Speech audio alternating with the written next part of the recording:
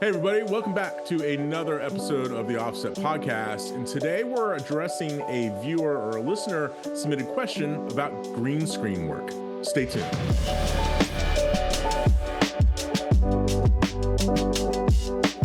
This podcast is sponsored by Flanders Scientific, leaders in color-accurate display solutions for professional video. Whether you're a colorist, an editor, a DIT, or a broadcast engineer, Flanders Scientific has a professional display solution to meet your needs. Learn more at flandersscientific.com. Hey, everybody, welcome to another episode of the Offset Podcast. I'm one of your hosts, Robbie Carmen, and with me, as always, is Joey Deanna. How are you doing, Joey? Good. I was going to say Joey Deanna, Master Ace Mechanic, because you're wearing your Buell shirt, and I know you've been hard at work at some motorcycle surgery over the past couple of days.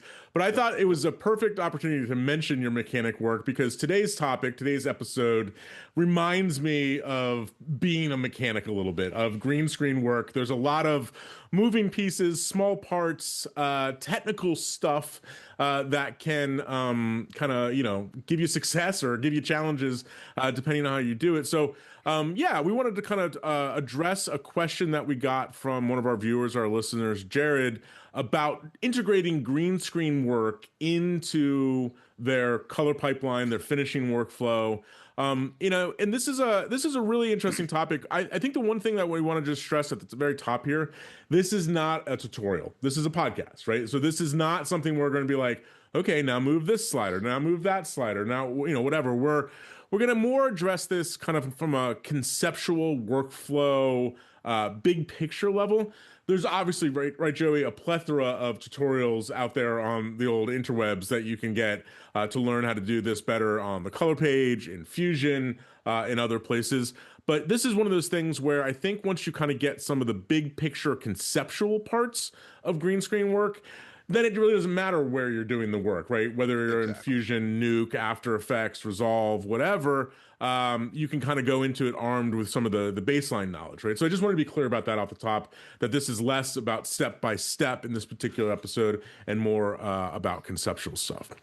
Now, Joey, before we begin, I just want to say we've made it to the end of season 2, man. This is it's the last episode of the year for 2025. Our seasons run from January 15th to December 15th every 2 weeks. So we got another, I don't know how the math works out, 24, 25 episodes out there. This is our second year of the show.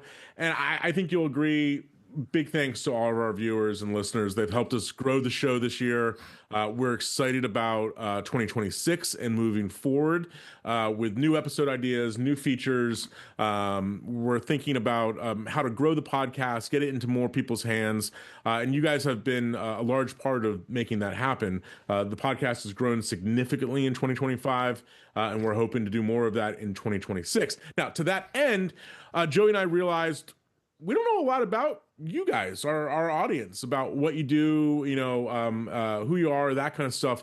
So one of the things that we would love if you could, spare 5 or 10 minutes to do is that we've created a user or a viewer survey to help us address, kind of where we're at with the podcast, things that we could be doing better, things that we're thinking about doing, get your opinions on, but also just to get to know you a little bit as well, who our viewership is. So if you wouldn't mind just jumping over to the link, and you can scan the QR code here that you see on screen to that survey, and we'll put this on social media and a few other places. Be super helpful for us. Again, it's probably about 5 or 10 minutes of your time. I'll just multiple choice. There's no right or wrong. Just go through it as best you can, and we'd really really appreciate the time spent to do that. It will help us guide our season 3, which will be back January 15th of 2026. We take about a month off for the holiday season here, just to kind of refresh and recharge our batteries, but we'll be back in mid-January.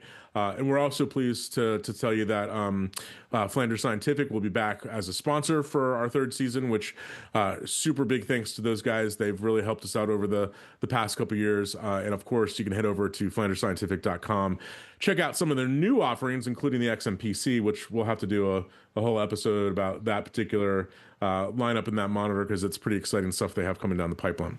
All right, my man. Well, let's dive into the subject du jour. Why don't you kind of give us a brief of the question that Jared posed, and then we can dive in.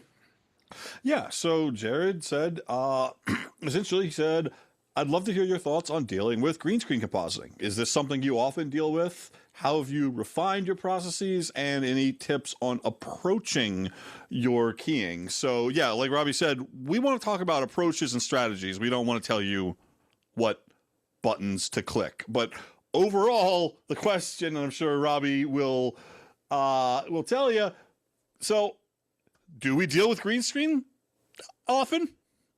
Yeah, we do. It's become a little bit of a specialty now. I will say it's become more of a Joey specialty. I just go along for the ride on a lot of this. But the fact of the matter is that green screen. I mean, we don't have to. I mean, everybody knows what green screen, blue screen is, that kind of stuff is. But for as budgets have gotten tighter, location, travel, etc., has all gotten tighter. Green screen, and now to a certain extent also volumetric stages, by the way, have become a really value driven way to do things like interviews. Of course, in big narrative films, green screen has a solid place for VFX work, right?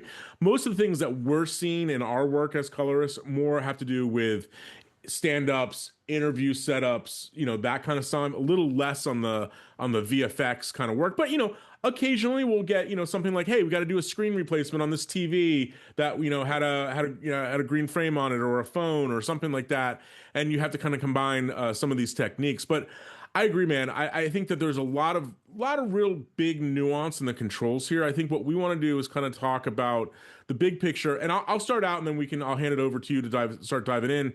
One of the things that I think about green screen all the time is that your success with this work is less about what you do in post-production. I mean, it's obviously important, but it really, like, more than any other kind of production, your success with this is going to start in camera, on set, with lighting and all that kind of stuff.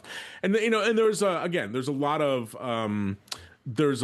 of nuance to this, but I mean, I think some of the things that I would just mention are, hey, good camera choices, highly compressed cameras, low chroma subsampling, heavy compression, not great for green screen work, right? You want to shoot, as high quality as you can. Same thing goes with lensing, lighting, right? Having good even lighting on the background, lighting for the foreground, and kind of building that separation out with some depth of field. You don't want to have somebody right up on the screen.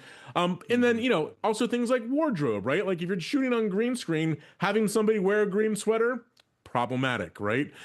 So there's a lot of production things, and some of that you can't solve. So I know for a lot of us, you just get a pile of stuff and you're expected to work your magic.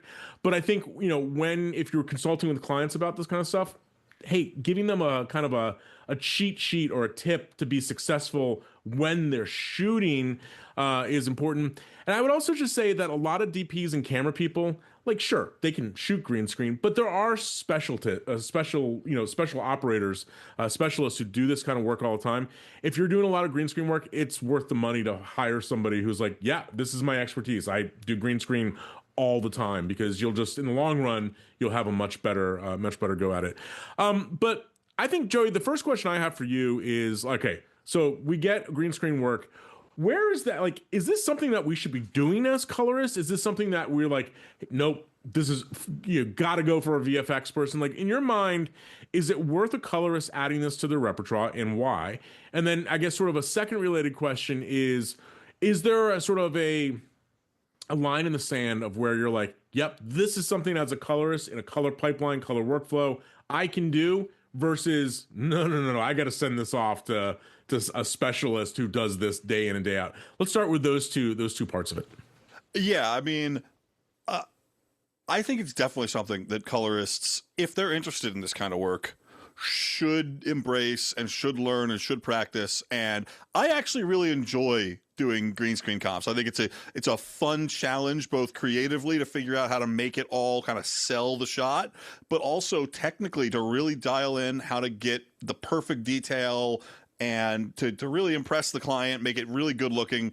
I love doing green screen work. I think it's just fun. So if you enjoy it, it's a great way for you as a colorist to kind of add some hours and add some billables to your project. yeah. You know, nobody's going to ask you to do it for free. But like Robbie said, there are some situations where you're going to be like, no, this is too complicated. This needs to go to a really talented VFX artist. And kind of the first kind of decision, like the demarcation line that you're going to come to when a client asks you, hey, can you do these green screen composites for me, is that one. So the first thing you look at is the kind of quality of the footage, the complexity of the comp, how much, you know, am I going to need to make the background? Do I need to invent the background? Do we need a designer to make a background? Is it a photographic background? Look at all of those equations and kind of think, what I usually do with my clients is like, hey, send me 1 or 2 test shots. I will give you a quick example of what we can do here. If we want to try to do something drastically more complex, then we should start talking about going to a VFX artist. You don't want to surprise a client halfway through being like, I said I could do the green screen, but actually I can't. Yeah, and I when I look at that footage, I think there's a couple telltale signs that will really kind of guide you on this. This is not a complete list, but a couple things to look for. Well, number one, I'm always looking at the quality of lighting on the screen itself, right? If you have a dark spot over here and a bright spot over here and a lot of wrinkles and that kind of stuff, like that's a cue that this is going to be a little more challenging, right? Same thing goes with like if you have a lot of noise in the image, right? Because remember, we're sampling pixels when we do green screen work. If there's a lot of noise or artifacting or whatever that's going to get in the way of a clean selection of those pixels, you could potentially have some problems, right? The other telltale sign for me about success in green screen work is, especially with people, of course, is features, right? If somebody has, you know, big hair, you know, light colored hair or whatever that accepts a lot of spill. Like you see this all the time with people with blonde hair, right? Where they're, you know, getting a lot of that color cast from either the practical lights being used or the background. Like you can evaluate these kind of things really easily without actually having to do the work. But I do agree with you, Joey. Like from a process point of view, even if you've done those evaluations and you're like, yeah, I think that I can make this work. Like a test is always a good thing. And I would also say, like, when you ask for that test, like ask for if your client can pull out the worst case scenario. And what I mean about the worst case scenario is people gesticulating. The camera moves and half the green screen goes off, you know, off of camera. Now you're looking at a wall, like whatever. Those kind of situations where you might have to involve, you know, some more sophisticated techniques. You always start with the worst case scenario because then that will make you look like a hero with the good stuff. All right, so let's just assume for a second that you said yes. You've evaluated some footage, and you're like, yep, I think we can do this. I think the first question that I have is that, and part of this is honestly is driven by my, let's just call it, as a Resolve user, let's just call it Fusion phobia, right? You know, Fusion's been around for, gosh, I'm probably going on 10 years now, and it's still one of those tool sets where I'm like, I'm a little scared of it, right? I personally, I feel like a lot of the time for green screen work, I can accomplish pretty good results right on the color page. But like, in your opinion, like you got a pile of footage, like where are you going to start this process, right? So if you evaluate it, you think you can do it, it's got, you know, you have a good run out of a good quality footage. Are you jumping to the color page first? You know, in the color page, for example, you know, it's different tool sets, right? You got the, you know, 3D keyer on the color page, you got the Delta keyer over and the Fusion. There's obviously a lot more matte type tools going on over in Fusion. So like, where's that demarcation line for you? So yeah, like we were kind of talking about earlier, the biggest driver of this is your sources and what you need to do. A lot of people are really surprised when I tell them how much green screen work we do directly on the color page. Color page, yeah. For the more simple things, it's my preferred way to do it because you can deal with color issues really easily. The performance is incredibly fast, right? Most green screens on the color page are real time. So if you have 1,000 shots that you need to render green screens on, you might not want to lean towards Fusion just because of render times. However, when you get into something more complicated than what you want to build on the color page, and we'll talk a little bit more about how you can build on the color page, but you'd be surprised how much you can build on the color page in terms of using the background, adding perspective, doing some cool kind of things to sell the shot. But if you need to do a ton of masking, or if you have a really problematic green screen, or if you need to bring in a lot of different elements, like the background is something you're going to make yourself, or if you need to do something with 3 dimensions where maybe you're kind of faking a camera move, those are all situations where Fusion gives you the most possible flexibility. I was gonna say, I think that where it really breaks down for me in that regard, and to be honest, where I hand off to you more of the time, is when we start getting a lot of that, like, kind of more sophisticated tracking needs, right? Like, especially when, and we'll talk a little bit about this later, about with garbage mats and stuff like that, perspectives changing, lighting, like, like you gotta, the camera wraps around and does a curve around somebody, those kind of things. That's those kind of situations. I think the other question I have about this is, or just conceptually about the choice is, to me, the color page, because as a colorist, the color page makes a lot of sense to me. I'm already used to, in a node-based workflow, I have my own color pipeline built, or if I'm using project-wide, like the second you jump over to Fusion, those pipelines, while manageable, change a little bit, right? Like it's it's a different, in the order of operations, it comes in a different place in the Resolve pipeline. So therefore, like if you're not there a lot of the time, it does require a little bit of a brain shift. Even if the tools might be more sophisticated, better over in Fusion, like that's why I usually try first on the color page, because it's sort of like, this is what I already know. This is what I'm already comfortable with. I'm not using the Fusion page day in and day out. So it's like, let me see if I can, get started with what I know. 2 more things about kind of the interaction with Fusion Color and with keying. One other, and this is a big one, situation that I almost always jump to Fusion for is if the green screen is problematic or the subject is problematic enough that I need the delta keyer. A lot of people don't know what the delta keyer is. So I just want to talk about that a little bit. The 2 kind of big differences between the primary keying tools in Fusion and Color. Now, the 3D keyer from Color is available in Fusion. So if you want to use the 3D keyer in Fusion, you're welcome to. But the 3D keyer is an amazing green screen keyer. It does beautiful work with edges and spill suppression, and out of the box, the 3D keyer does a better job on green screens than most keyers I've used. Where I want to go to the delta keyer is a couple of specific kind of scenarios. And I want to back up a little bit here and kind of say, what is the delta keyer? The delta keyer is exactly what it sounds like. It's a keyer that works based on delta or differences. So this confuses a lot of people because they usually just drop the delta keyer on there. They heard the delta keyer is awesome. They drop it on there. They sample their green and it looks like garbage. And they're like, what did I do wrong? The delta keyer is not just sampling the color of the screen. The delta keyer is expecting what's called a clean plate input. This is your green screen without anybody in front of it, right? And then it takes those 2 streams and makes a key from it. Now you might say, I don't have that.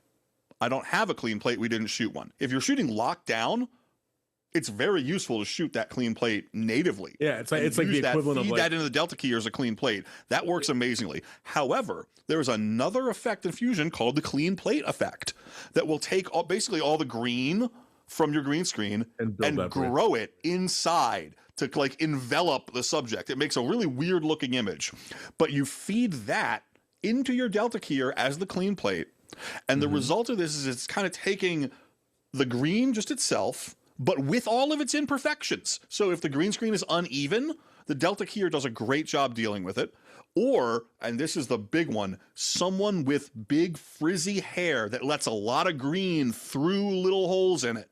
The delta keyer does a 1,000 times better job with that exact specific scenario than any other keyer I've ever used. So if you grab someone with super frizzy hair, compare the 3D keyer and a good setup on the delta keyer, you're going to go with the delta keyer every time. So that's the demarcation line for me. If it's an uneven green screen or a frizzy hair that needs a lot of detail or frizzy clothing that needs a lot of detail, delta keyer all day long. Other than that, I do tend to gravitate towards the color page because it's more familiar and it's more real time and faster. You know, the thing that you just mentioned about the clean plate is interesting. I didn't realize, first of all, I didn't realize that that's exactly how that works. Plus, I didn't realize the clean plate effect to build it from if you don't have that. But it reminds me of like, you know, a production audio guy capturing room tone, right? It's like Exactly the same thing.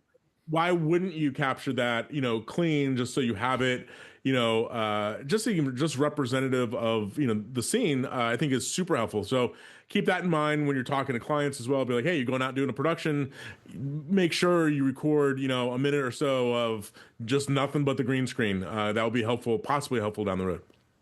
Yeah, absolutely. And it can be a single frame, right? If as long as the camera's locked down and doesn't change perspective, like if someone walks away from the green screen, there's your clean plate. You know, you're ready to go. I think the other thing worth mentioning at this stage, no matter whether you're in the color page or in the Fusion page, is that you do have to get a lot more comfortable with the concepts of matte work and transparency, right? And how those can be piped around various parts of the interface. Because, like, if you're new at this, you hear me out for a second. You've probably done something similar to, okay, I'm going to go onto my edit page timeline and I'm going to stack two clips on top of each other, right? I'm going to put the background on video track 1, the foreground on video track 2. I'm going to key video track 2 in the color page, and then I'm going to add an alpha output on the color page, pipe that, so now I've built a composite, right? And like, there's nothing wrong with that, but it's, you know, I'm guilty of that all the time, but it is one of those things where it's probably the lowest, you know, the lowest sophistication method of doing that work. I think one thing that as you get better and more comfortable with this, starting to understand that any node really in the color page or Fusion can potentially pipe out a matte image to work with and that kind of stuff. And so like, you just need to get a little bit more conceptually comfortable with, you know, because with how a matte works, how edge refinement works, how transparency works, because then you can start seeing the puzzle pieces of how those various things to go together within the constructs of a node tree, either on the color page or on the Fusion page. And I'll be honest with you, that has been for me getting better at green screen, that's been the hardest challenge, going, oh, wait a second, you used a color generator that was masked off to do this matte or whatever. Like, those kind of things conceptually just require a little bit more thinking than you're probably used to. Yeah, and you know, that's another kind of one of those fundamental questions you're going to ask yourself when you approach a green screen project, whether it's do I use Color or Fusion or some other program, doesn't matter. The next kind of thing you want to think about is how do you actually arrange this in the software? Because up to this point, we're just talking about doing the key itself, not a whole composite. So do you do what Robbie just described and put the background on V1 in your edit page, then make a keyable clip with Fusion or Color on top to make your comp? That's one way to do it. Like everything else that we've talked about or will talk about, there's pros and cons to each one of these approaches, and you need to tailor it to your project. Did your client give you an edit of backgrounds? If they did, this is a real easy way to get started because you can just lay all the backgrounds in and just go shot to shot and work on the keying. However, the downside here is if you build your composite outside of Fusion or Color, you lose some ability to work in kind of the three planes of the green screen, which is I can color and texture affect the background, I can color and texture affect the foreground, or I can color and texture affect all of them together. So all of those things, when you start building your comp, you're going to realize, oh, I need to match the color between the foreground and the background. I need to maybe darken the background a bit to bring the foreground out. Then maybe I'll throw a vignette and some film grain on the whole comp together to really sell the shot, right? Those things, those details get harder when you've separated it on the edit page. So the next logical question is, well, how can I put the background in my comp if I don't put it on the edit page? That's a great question, because the way I would, like, I always think about node trees, whether in the Fusion page or the Color page, as single shot specific, right? It's not like You wouldn't think of a node tree as, hey, here's a node tree simultaneously dealing with two or more shots at the same time. But that's why I mentioned the matte stuff and that kind of stuff earlier, because you actually can do that. Yeah, and this is where a lot of people kind of, again, they get surprised when I show them some of the green screen setups we've built on the color page, because they don't realize you open the media tab on the color page, drag in your background. Now you can comp your background using layer mixer nodes right in the color page, which means you basically can have a stream on the top of your green screen, a stream on the bottom of your background. So you can arrange color effects, blurs, whatever on the background, combine them with a layer mixer. And then on the output side, after they're combined, you can color them together. But you can also still, in the same node tree, color them separately. Now, could you go back on the edit page and jump back and forth between clip to clip? I'm going to darken the background a little bit. I'm going to brighten the foreground a little bit. Maybe I'll throw an adjustment layer on top of the whole thing. You could compound it. You could do all sorts of stuff. But that's no fun. It's like, it's not conducive to creativity because you're jumping around. Now, the last thing I want to mention on this is that's all on the color page. If we want to do our comp all on the color page, background, foreground, using an external matte, and it's a great way to work. But let's say this is one of those situations where, hey, I'm on Fusion page. I needed to do some really complicated masking. I still want that capability. I still want to be able to grade both the foreground and the background and them together completely independently on the color page using the color tools I'm familiar with. On the Fusion page, you can always, and this is another thing that people just don't always realize when they're just getting started, if you make a second media out node on the Fusion page, feed it the matte from whatever you're using to key, just the matte, not your whole comp, and then you go back into the color page, right-click on your node tree, add source.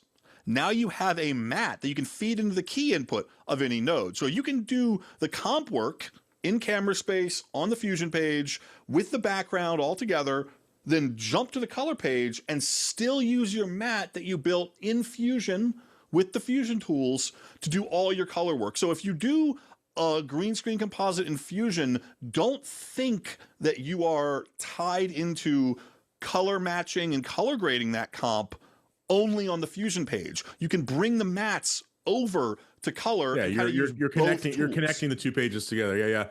Yeah. It's interesting that's more of the workflow I meant about kind of combining the two pages together. I guess my question related to that was, what do you see the advantages of doing that matte work in Fusion page and then piping it over to the color page? Is it just more sophisticated compositing tools are available over on the Fusion page, and obviously the color page has better color tools? Is it that simple? It's that simple. And also the color page has the advantage of using your control panel. Yes, there's a lot of color tools in the Fusion page, but they're all kind of mouse and pointer and stuff. I'm going to go to the color page where I'm most familiar coloring, do my color nodes, and it's an easier workflow if you're doing your comp in Fusion. Let's just recap, because we've talked about a lot so far, and it can get a little confusing. So I just want to just real quick recap the kind of this strategies. Number one, we could start, as simple as possible on the edit page, layer things up, key something on the page, either on the edit page or the color page, add an alpha output, just combine those two. But it's a lot of jumping around, right? You're going back and forth between the two different clips. If you compound those, then you have another layer you're dealing with of complexity, right? So we can do this all on a color page node graph by adding in external mattes, which as you said, can be your background can be an external matte. You can use media and combine multiple clips in the same node tree all on the color page to do that. You could do that exact same thing solely on the Fusion page, or you can combine the two. You could do your matte and key work on the Fusion page and then pipe that over to the color page as a new input to then continue doing your color work with the combined composite. So you really have some choices of where you're most comfortable and what workflow practices are going to best match the project itself. Yeah, and to go back to the edit page example, there are times where you do want to keep the background and foreground completely separate. For example, if you have a project where you need to render individual clips back to the client for them to reassemble and edit, Totally. the only way Yeah. to do that is to keep your background on a completely separate clip that you're only using for kind of pre-visualization. So, like I said, kind of early on, there's no one rule about any of this. It's all very project. No, I get it. I get it. So if we have those big picture things out of the way, let's talk about some of the specific, I think, challenges that people run into with Keen, right? Obviously, the first one is edge refinement. A Keen is all about edge refinement, how smooth that edge looks like, how how much detail. You don't want to give somebody a massive haircut, right? Just because you can't get a good edge to it. So 3D keyer, obviously we have some, all the keyers on the color page, you have some edge refinement, blurring, shrink or grow of the matte, denoising of the matte, that kind of stuff. I'm guessing just like everything else, there's some more sophisticated options for that kind of thing over in the Fusion page, right? Yes, there is, but there's some of those options also exist on the color page as well. What I want to say conceptually to anybody thinking about edge refinement on your keys, edge refinement is for the edge, okay? And what I mean by that is whether you're on Fusion or Color or even in After Effects, the goal of using any edge refinement tool is to get a good edge. It is not to fix problems in your key. Yeah. So, for example, somebody's wearing a green pin on their shirt, okay? You can get away with cranking the fill white or the clean white up until that's a solid, and you've now ruined your edge, but you've got a done key. Great. No.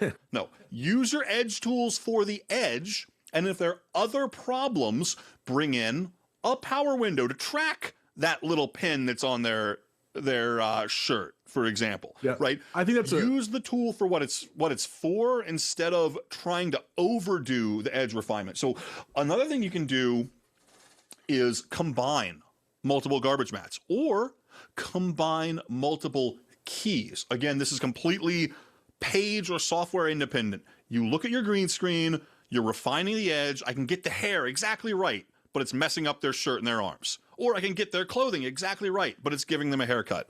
Well, you don't need to have it all on one node. Do a mat that splits their head, that has one key on their head. The rest of the body, yeah. And then do an outside node or an invert or another mat, whatever your software calls it, and do a different key for the body with different edge refinement rules. People get really caught up in making the entire image work with one effect, even if I've seen people try to crank up these edge refinement tools to clean up stuff, garbage on the outside of the edges, like if there's noise on the edge of the frame where there's some lens vignetting. Who cares? Power window the whole thing, so you're only dealing with the edge with your edge tools. I think it's a gem of knowledge what you said. It's so simple. I've never thought about saying it that way, but use the edge tools for the edge, not for the key. Because I think that I'm guilty of that from time to time, right? Clean black, clean white, whatever. Just trying to get and that seesaw back and forth, it can work sometimes, right? Yeah, sure, you maybe get lucky and clean up the key and refine the edges at the same time, and it's acceptable. But that back and forth is the real challenge for there. If you don't realize what those edge tools are, they're not a solve for the key necessarily. They're a solve for refining the edge, which I think is great. Now let me ask you this, because you mentioned garbage mats, and I think that's an edge type issue. You mentioned a couple different scenarios on it, but if I separate it out where the edge tools that we mentioned are for the edge, things like garbage mats are a way of dealing with problems of the key. Is that a good way of saying that? Whether that's the screen off the edge, whether it's you want to do a holdout for something on somebody's body that is getting keyed by accident. It could even be for, I can get this perfect except for the side of their head. I can just put a garbage mat around that kind of thing. So garbage mats are for sort of filling holes or masking off problems of the key, not really for cleanup of the edges necessarily. Exactly. So, one example that we just talked about is there's some lens vignetting around the edge of the screen. So your key is perfect in the middle. It's perfect for everywhere that there's a keyable edge, right? Why would you refine that key anymore if it's perfect everywhere you need to see it? Yeah. Why would you refine that more to make it work with the vignetted green screen? Just get rid of it. Your subject never walks in front of the vignetted part of the green screen. If they do, that's another problem. But I was gonna say, in most cases, the green screen extends beyond where you need to key. Yeah, and this is harkening back to the beginning of our conversation about this, where I think the evaluation and understanding what, like, actually being familiar with the shots, because what I find in those situations, right, is that, like, I get the key perfect, I add a garbage mat, but then I didn't really watch down the clip the entire way. Yeah, and their hand moves out of it. Halfway through, I see somebody's arm just get cut off in the middle of the shot, right? Because they then hit the garbage mat on the side of the frame, and all of a sudden their wrist, like, you know, got cut off by something or whatever. So it's also important when you're doing that kind of those bulk fixes with, like, garbage mats or multiple keys, that you have to go through the entire clip too, not just a couple frames on it to make sure it's right. You know, so now that we've kind of defined edge versus bulk, let me ask you a couple specific edge questions, because I think if we now know that we're not trying to fix the key necessarily with the edge refinement tools, but just those edge, I think the first place that I always start is, like, what level of detail do we need to have on, because in a perfect world, it's 100% detail, right? Mm-hmm. You know, it's perfectly crisp. You're not losing a strand of hair. But in the real world, like, we can cheat that a little bit. Where's the balance? Is it just a matter of, yeah, that looks good? Or are you looking at something specific when you're starting to adjust edges of, yeah, I don't want to lose this kind of detail or this type of thing? It really is, for the most part, in my opinion, kind of what works and what looks good. Okay. However, the one thing I would say, every time you're doing that edge refinement, you're tweaking, maybe you're doing some denoise, you're doing a little bit of shrink, you're doing a little bit of grow, whatever it is. Every time you think, this looks good, I'm really liking this direction, you need to go to that highlight mode, and you need to not only go to the highlight mode, go to the highlight black and white mode if you're on the color page, and look at that mat at 100% high contrast, because you might be introducing a haircut somewhere where you didn't expect it. You might be adding a hole or removing a hole where you didn't expect it, especially, okay, women with dangly earrings. Yeah. That earring can sometimes kind of move close to their face to where it'll be solid and then a hole. And it can, if you add too much, like, matte shrink, you can make it so, like, depending on where they swing their head, their ear might look a little weird and flickery, right? Those issues, once you kind of get it visually where you want, don't just trust that. Look at your mat in high contrast and verify. Trust but verify, right? It will give you an indication. Now, again, no hard rules here. If the final image looks great, you know, it doesn't really matter exactly what the Hycon mat looks like, but the Hycon mat is a great way to spot little things that you can get better that you might not see when you're looking at the whole comp. That's a good one. Yeah, and I've noticed that I tend to, and I think part of it is because I'm guilty of trying to use edge refinement tools sometimes to fix larger, bigger key issues. The one that I notice all the time is, like, the haloing effect that happens with some of the cleanup stuff and the denoise, right? Where you'll get a little bleed through on those edges. So, like, you're improving the key, but at the detriment of the clean edges, right? And so, like, I that's the best thing you've probably ever said on the podcast about thinking about those two differences right there.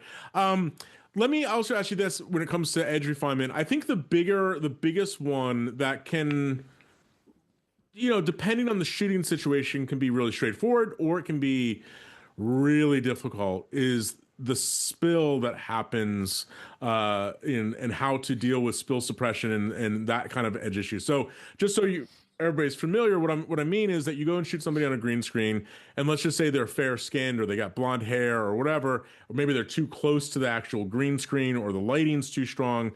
You can get some spill or some reflectance from the background onto the subject in the foreground, and it kind of just looks nasty, right? You got to get this green thing. Now, obviously, most keyers are going to have something called spill suppression. What is spill suppression? What's the goal of it? Do you always use it? What is the best practices for that? Spill suppression is exactly that. It's looking for the screen color, so you usually have to tell it what color it's looking for. And it's kind of doing almost how the color compressor works, where it's pushing towards, it's kind of pushing the hue and saturation towards another color, but it's doing it specifically to the opposite color of your screen. To eliminate it, yeah. This works better than trying to manually do that with curves or with a primary grade almost every time. Don't be afraid of spill suppression. It's built into the 3D keyer. It's built into the Delta keyer if you're using it there. However, sometimes it's too much. You can always dial it back. And sometimes it's not enough. There are OFX built into Resolve that is the same spill suppression, but external. So if you take that, put it in another node after your key, feed it your matte, so you don't want to spill suppress the background in most cases, right? So feed it your matte. You can add more spill suppression if you need more. Usually that's not the case. Usually if you add too much, they end up looking a little burnt. But and it's funny, in the Delta keyer, the options for like the preset options for spill suppression are like, I forget the exact wording, but it's like rare, medium rare, burnt.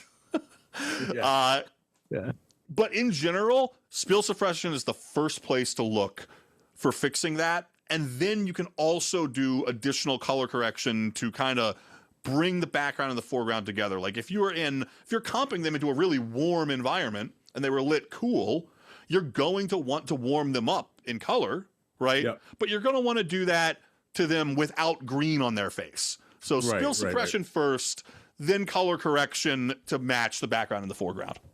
Yeah. Okay, that makes sense. And I've had really good luck with the 3D keyer spill suppression. Like it can work. It's very good. It can work some pretty good magic, but like you're right. There are other tools available for that. Now,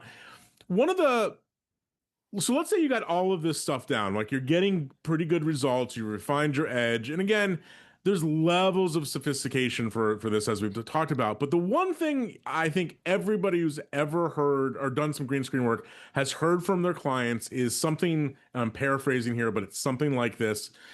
It looks like the person's just like sitting on top of the background, right? It's just like you got a perfect key, but now it still looks like you have two disparate images, right? You have the background, and then you got the person keyed, but they don't really look like they're part of the same entity, the same thing, right? And I think that's a common complaint where it's just like, yeah, that looks like it was green screened, right? And it's just like, how do we get that? So I know that there are a number of strategies about this. One of the, sort of as a side note, this is one of the reasons that I think volumetric stages have taken off so well for this kind of thing, because you can really integrate somebody so much better into a background in a volumetric setup with a screen behind them. So why do you think that is? Well, it's because of the natural spill that happens and like the way that the light wraps around, I'm using a pun here, right? The light wraps around somebody and then interacts with that back and goes both ways, right? The foreground lighting hitting the background and the background lighting, it's more of the background kind of wrapping around the person if you're looking at somebody, right? If you're looking at somebody standing on a street corner, right? You're getting the photons from that person, obviously, but you're also seeing the photons as they come from the background and kind of wrap around that person, and it makes it feel like, oh, this is one plane, this is one integrated thing. So I mentioned, I was joking, but light wrap. What is a light wrap? Why is it kind of a key component, pardon the pun again, of really selling an integrated look? Yeah, and that's kind of on the overall level. Right. The idea here is to sell the shot, to make it not look like it's somebody cut out and pasted on top. First layer of that is color matching, which any colorist should be familiar with. Make them feel like they're in the same color and lighting. Great. We can do that. Second part of that is texture. If there's one is really noisy and one's really clean, maybe denoise the one that's noisy. Or if you want some film grain, do some film grain across the whole comp. But like you said, the reason why volumetric stages look so good is because the actual background helps to light the subject. And we can emulate that in our green screen with something called a light wrap. Now, all a light wrap is essentially taking the background and bleeding it into the foreground around the edge a little bit in a soft and pleasing way. So if there's, a bright blue background, you're going to emulate a little bit of blue coming in to your subject. This is shockingly easy to do when you start thinking about things in kind of a node-based environment like Fusion or Color, because you've got the ingredients, right? You've got the background. Now, let's go way back. This is another one of those reasons why it's really nice to have your background in your comp, not separate on the edit page, because it's really hard to do a light wrap if it's separate on the edit page. In fact, there's really no good way to do it. But if you have your background inside your comp in Fusion or in Color, so you've got your background, you've got your foreground, and now you have a matte, right? You have, at some point in this tree that you've built a really good matte that is giving us the exact edge of our subject and our foreground. So we can use that to take some of the background, combine it with some of the foreground just around the edges. Now, the first thing people think is like, yeah, but I don't want to have it hit the whole foreground. That's going to look ridiculous. It is. How do we get just those edges? Simple math. Take your high contrast matte, break it out to another node. Again, this is Fusion, Nuke, After Effects, any software. This has nothing to do just with Resolve. But you take your matte, okay, then you take on another stream your matte inverted, you blur one of them, and then you combine them with a difference mode. So essentially you're subtracting the blurred one from the solid one or vice versa. The idea being you're taking the blur and pushing it inside where your foreground is and giving you just a visual matte of the edge.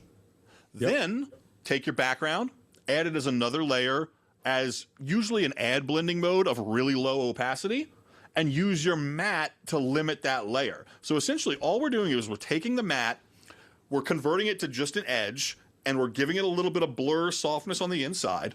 And then we're using that to comp the background back on with the teeniest bit of opacity. And there's a couple things that you can kind of play off each other, right? You can play off the opacity, first and foremost, it's the overall strength, or the strength of that blur between those two inverted matte layers to kind of show how much, or try to modulate how much that light wrap protrudes inside your foreground.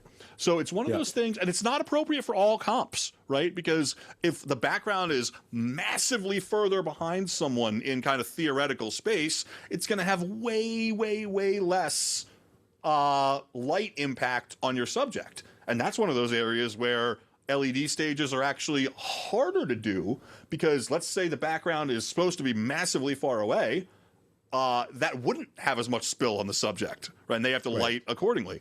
So kind of think about what would sell the shot. Would the environment that they're in, if it's super bright and futuristic and stuff, yeah, that's probably going to spill a little bit onto them more, give it a little bit more light wrap. If it's a mountain super far away in a dark scene, probably less light wrap or no light wrap. One of the things I think about the pre-viz of this part of things too is that it doesn't, and I've seen this problematic a lot, specifically with integration with light wrap, is that people don't really go into green screens with an idea of what, oftentimes what they're going to composite. Like they're like, oh, we'll just key it and then we'll add in this thing, thing later. I do think it's important just to say again that if you know in advance generally what you're going to key behind something, that can give you a real leg up in how you actually light the green screen, as well, right? If you're putting somebody, on a beach in the Caribbean, right?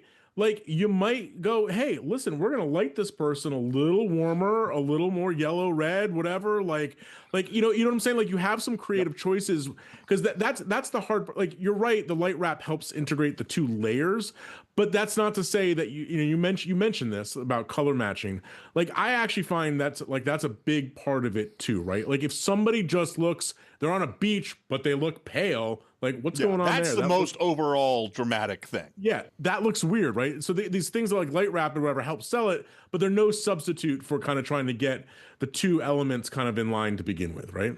Yeah. And the last thing I'll say in terms of kind of selling the shot, think about adding a little bit of dimensionality, as in Yeah. maybe your background isn't exactly the right perspective. Give it a little corner pin to make it kind of work better. Well, Or give it a little bit of fake depth of field by tweaking a lens blur, or even do a little tiny camera move where the subject, like if there's a little kind of push in, maybe you can add a little push in where the subject is pushing in a little bit more than the background. So it looks like it has a little bit of perspective. Not right for every project, but it's just something to think about. Think about the fact that you can manipulate this background more than just I'm plopping this person on this done background.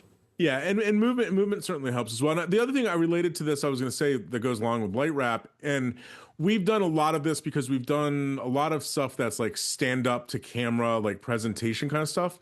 If you think about somebody standing, let's just say, I don't know, maybe something super simple, like a white cyc environment, right? White cycs can be hard to get right, so a lot of people shoot those green screen, but then they put a simple white background or a colored background behind. Naturally, when somebody's, especially if they're full figure, like they're all, head to toe in the shot, like just standing there on that stage, that person themselves is going to cast a little bit of a shadow onto the background. It happens naturally, right? If you're standing somewhere and like somebody's lighting you, there's gonna be natural shadow. So I think along with light wrap, one of the things that I've seen you do really successfully, and I've really liked how it looks, is adding a little bit of fake shadows into the scene as well. Like the foreground element itself casting a shadow into the fake background. Similar approach to light wrap, but explain that a little bit, how that works. Yeah, exactly. When you're looking kind of ways to sell the shot, think about ways you can reuse the mat you've already made.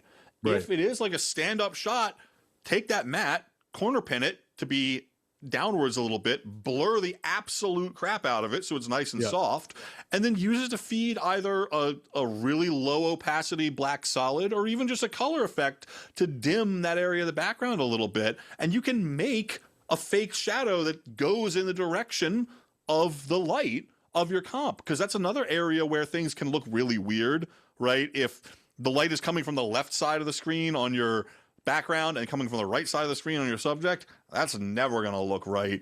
You could play a little bit with like the really cool relighting tool, again, giving it your mat you've already made so it only affects the subject, or you could play with it on the background, but you might not be able to get what you want just with that. But you could do power windows, gradients on the background to kind of emulate the lighting direction of the foreground if you want to. Or, depending on the person, maybe flip the background or flip the person. Just think about different, look at the scene and just think, how can I sell this shot? And then think, now that I've got the background and the foreground separately and I have this great mat that I've already spent all this time making, can I do it with a manipulation of the background? Can I do it with manipulation of the foreground? Or can I do it using something I build with this mat that I've already gotten my node tree ready to go? In reality, it's usually a combination of all three. The last thing I want to ask about, and then we'll wrap this up. I keep saying that, but this is really the last question. You've tried. You've really, really tried.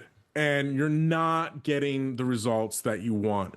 And so you've said to yourself or to the client, hey, look, I need to focus on color correcting this. I tried as much as I could with my skills. I need to hand this off. What does that look like if you're handing off keying work to a dedicated visual effects person? What are you giving them for success? What are you asking for, back from them? Is it a composited image? Are you asking for the different components? Like, just speak to that briefly, how that handoff works in both directions. Again, it's all very project dependent, but ideally, you're going to have a conversation with the VFX artist or department. Hopefully, you can all be on the same page color workflow wise. If you're working in ACES, that's really good because I can give them an ACES plate of the foreground and of the background, and they know they can work in ACES. They can preview under an ACES transform. Yep. They can get client approval under an ACES transform. They can send me back an ACES image of the whole comp. I would rather get the whole comp because, like we talked about, there's so many things that you can do to sell the comp by manipulating the foreground and background together. If it's such a hard comp that you're not doing it, you're sending it out for VFX, you don't want to limit what the VFX artist can do, right? So we want to give them basically, in my ideal world, ACES everything, foreground, background, or it might be a background that they're making. So in that case, just foreground. And they'll give me back an ACES image. But if possible, I'd also love a high contrast matte from them.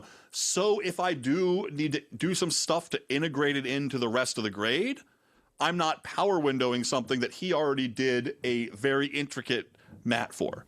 Not always a possibility for every workflow, but it can be really useful. Yeah, if that works. Yeah, the idea of layered EXRs, crypto mats, that kind of stuff comes to mind because I think that is, that's the hard part here is create. It's not the color. I mean, you're likely pretty good at the color work, right? But like if it's that keen work, especially with a lot of high motion, we didn't even mention motion blur, by the way. That can be a real difficult thing to deal with in green screen work. So you want to try to, as much as you can, eliminate some of that motion blur. But I agree, getting some of the matte stuff back. I think with the handoff to VFX, the one thing I always think of is, okay, when you get to that point, you've probably already done some thinking or some work about the color correction, right? So the one thing that you might want to have in part of that handoff discussion, ACES or whatever, is some sort of viewing transform that they can look at your color work in context, right? And the important thing to understand about that is that that's not something you want to bake into the shot. So if you're doing a handoff of the green screen work, you don't want to bake your grade into either the foreground or the background plates. You want to give that to them as clean and as raw as possible. But if you've already done some color work, you can hand that off as some sort of transform, a LUT or whatever, and go, hey, while you're working on this, you can put this in line in your pipeline to view with what I have in mind. So when they render out, they take that off, and guess what? You just reapply that color work back on your end, and Bob's your uncle. It's now like you have the same look, but with the key work in place. Last thing to mention in this process, because a lot of clients don't understand this, especially clients that don't do a lot of visual effects and a lot of keying and a lot of tracking, is frames matter. Like, they might be like, oh, can we get this back with like 12 frame handles? That's fine for a grade normally, but if I'm sending it off to VFX, it needs to be frame to frame, and the edit and everything needs to be completely locked, because you do not want that VFX artist working on frames that are never going to be used. That is literally just flushing money down the toilet. So if it's also the you're getting to a VFX artist, you want to be cut to cut exactly to the frame. Yeah, exactly. I agree. So good stuff, man. I think there's a lot to digest here, and obviously, I would just say I'll give a couple resources, and we'll put this in the show notes. A couple of years ago, a buddy of mine, Jeff Foster, wrote a great book. It's available anywhere you can buy books or Kindle versions or whatever, called The Green Screen Handbook. Again, this is by Jeff Foster. He really goes into a lot of nitty gritty about production tips, and there's some other books like it, but I definitely recommend that one. I would also recommend just the plethora of VFX tutorials from VFX Society and other places that really dive into the nitty gritty about keying considerations. And don't look for Resolve specific tutorials. That's right. Yeah, that's what I was help gonna say. you in Fusion. You can gronk so much from guys, people doing, hey, I'm going to show you how to do this in Nuke today or in Flame or whatever. And you might not be working on those platforms, but the concepts and the conceptual work is really important. Like, oh, well, Flame has this really cool tool. How can I emulate that kind of thing over in, Fusion or Resolve or whatever? And then also I would just say that in general with this kind of thing, flagging problems and difficulty early in the process is better than later in the process, right? Yeah. You mentioned tests at the top of the show. Underpromise and over-deliver. Totally, right? I have seen so many people just get ruined by, things that they overpromised that they could do, and then they go, oh, well, it turns out I can't do this as good as I need to, right? Good stuff, man. Well, Jared, I hope this helped you out a little bit conceptually think about some of this stuff. And like I said, for some of the details, there are a lot of other resources that we've mentioned a few of them. Also, just a last reminder, we are all on shows on Instagram and Facebook. You can find announcements about new episodes on those platforms. We're also on YouTube, of course, all the major streaming platforms, Apple Podcasts, Spotify.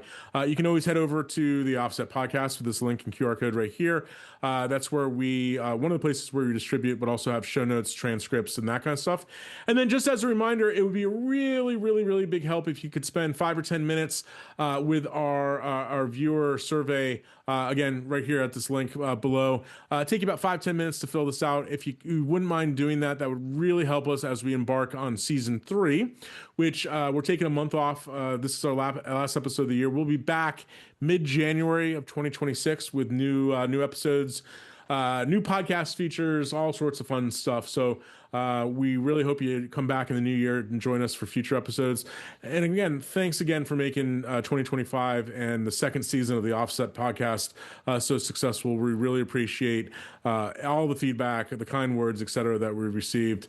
And here's to doing it again in 2026. So until then, happy holidays, stay safe, and our best to everybody watching to finish out the year strong.